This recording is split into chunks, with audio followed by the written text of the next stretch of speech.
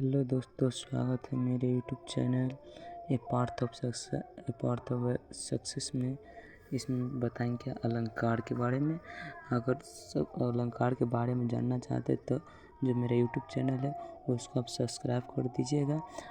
इसमें क्या जानेंगे, अलंकार की परिभाषा और अलंकार की भेद।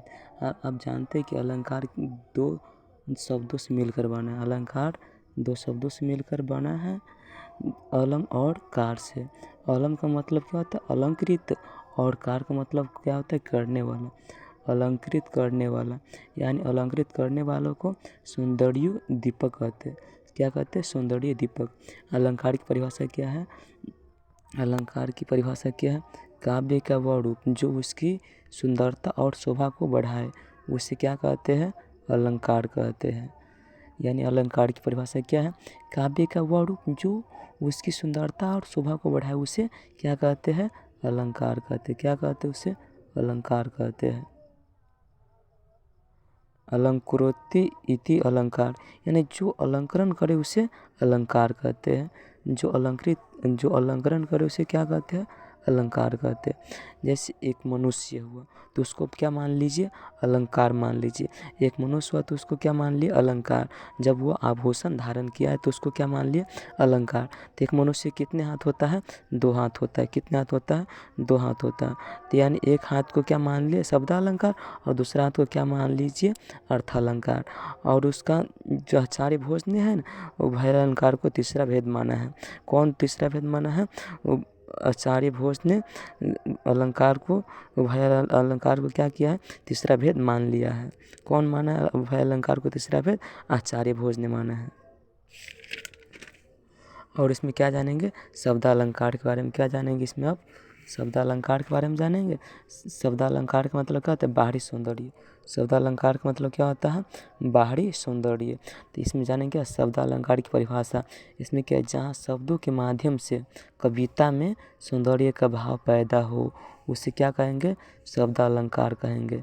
यानी जिसमें क्या हो, क्या हो, शब्दों के माध्यम से कविता में क्या होता है, सौंदर्य, उसमें सौंदर्य और भाव पैदा होता है, तो उसे क्या कहते हैं, शब्द अलंकार कहते हैं। अब इसमें क्या जानेंगे, शब्द अलंकार के भेद। शब्द जैसे मान लीजिए शब्द अलंकार हुआ तो यानी एक हाथ हुआ, तो एक हाथ में कितने उंगली है, 5 उंगली है। तो इसमें क्या करेंगे, 5 उंगली, तो उसमें पहला क्या है, अनुप्रास, दूसरा यमक, तीसरा श्लेष, और चौथा वक्रोक्ति, पांचवा क्या, पुंडरोक्ति अलंकार। और इसमें सबसे पहले किस अलंकार के बारे में जानेंगे, अनुप्रास अलंकार के बारे में। अनुप्रास अलंकार की परिभाषा क्या, एक वर्ण की आवृत्ति बार बार आए, उसे क्या कहते हैं, अनुप्रास अलंकार कहते हैं। जब क्या होता है, एक वर्ण की आवृत्ति बार बार आता है तो उसे क्या कहते हैं, अनुप्रास अलंकार। जैसे क्या, कुलन में कलियन में, कुछारन में कुंजन में, क्यारिन में कलीन में कलीन किलकत है। ये किसका है, पद्माकार का श्लोक है। पद्माकार ने वृत्तानुप्रास में इसको दिया है। किसका ये श्लोक है, पद्माकर के। क्या श्लोक, कुलन में कलियन में, कुछारन में कुंजन में, क्यारिन में कलीन में कलीन किलकत है। किसका श्लोक है, पद्माकर का। यहाँ क्या है, यहाँ का वर्ण की आवृत्ति क्या होता है, बार बार आता है। जैसे कुलन में, कलियन में, कुछारन में, कुंजन में, क्यारिन में कलीन किलकत है। इसमें क्या होता है, क है ना, जो क वर्ण है उसकी आवृत्ति क्या होता है, बार बार आता है। और इसमें क्या जानेंगे, अनुप्रास के भेद। अनुप्रास के कितने भेद हैं, 5 भेद है। कितने, 5। जैसे एक हाथ हुआ तो एक हाथ में कितने उंगली, 5 उंगली होते हैं। तो इसमें पहला क्या है, छेकानुप्रास, और दूसरा क्या है, वृत्त्यानुप्रास, दूसरा क्या है, वृत्त्यानुप्रास, तीसरा क्या है, लोटानुप्रास, चौथा क्या है, श्रुत्यानुप्रास, पांचवा क्या है, अंत्यानुप्रास। इसमें क्या जानेंगे, छेकानुप्रास के बारे में। छेका का मतलब क्या होता है, चतुर होता है। छेका का मतलब क्या होता है, चतुर। यानी छेकानुप्रास की क्या है परिभाषा, जहाँ पर एक वर्ण की आवृत्ति क्या होता है, एक बार आता है, उसे क्या कहते हैं, छेकानुप्रास। जहाँ पर एक वर्ण की आवृत्ति बार बार आए उसे क्या कहते हैं, छेकानुप्रास। जैसे हिंदू समाज में शादी होता है तो छेका क्या एक ही बार ना होता है। तो क्या होता है, जहाँ पर एक वर्ण की आवृत्ति कितना बार आए, एक बार आए, तो उसे क्या कहेंगे, छः का अनुप्रास करेंगे। जैसे रहीमन रहीला की भली, ये किसका है, रहीम दास की पंक्ति है। क्या, रहीमन रहीला की भली, छः का अनुप्रास की एग्जाम्पल है। जैसे क्या, रहीमन रहीला की भली, जो रहीम दास जी लिखे हैं, इसमें क्या होता है, छः का अनुप्रास, छः का मतलब चतुर होता है, और छः का मतलब क्या होता है, चतुर होता है। जैसे शादी हुआ तो शादी में छः का एक ही बार न होता है, तो उसी के अनुसार ही परिभाषा इसका बनाया गया। जहाँ पर एक वर्ण की आवृत्ति क्या होता है, एक ही बार होता है, तो उसे क्या कहते हैं, छः का अनुप्रास कहते हैं। जैसे क्या है, रहीमन रहीला की भली, किसका है, रहीम दास की पंक्ति है। उसके बाद क्या है, वृत्ति अनुप्रास। वृत्ति अनुप्रास की परिभाषा क्या है, जिस अलंकार में आवृत्ति एक से अधिक बार हो उसे क्या कहते हैं, वृत्तीय अनुप्रास कहते हैं। क्या कहते हैं, वृत्तीय अनुप्रास कहते हैं।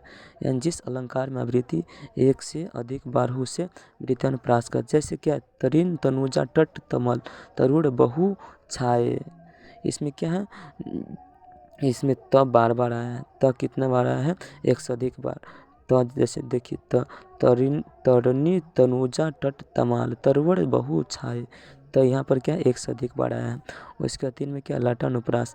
लाट है ना, जो गुजराती शब्द है, लाटानुप्रास में लाट कौन शब्द है, गुजराती शब्द है। यानी लाटानुप्रास की परिभाषा क्या है, जहाँ पर एक वाक्य 2 या 2 से अधिक बार आए तथा अनव्य करने पर उसका अर्थ बदल जाए, तो उसे क्या कहेंगे, लाटानुप्रास। जहाँ पर एक वाक्य 2 या 2 से अधिक बार आए तथा अनव्य करने पर उसके अर्थ क्या होता है, अर्थ बदल जाता है, तो उसे क्या कहते हैं, लाटानुप्रास कहते हैं। और क्या, जैसे क्या इसका एग्जाम्पल, जैसे इसके एग्जाम्पल है, हमको लिखियो है कहाँ, हमको लिखियो है कहाँ, हमको लिखियो है कहाँ, कहन सबे लगी रत्नाकर का है।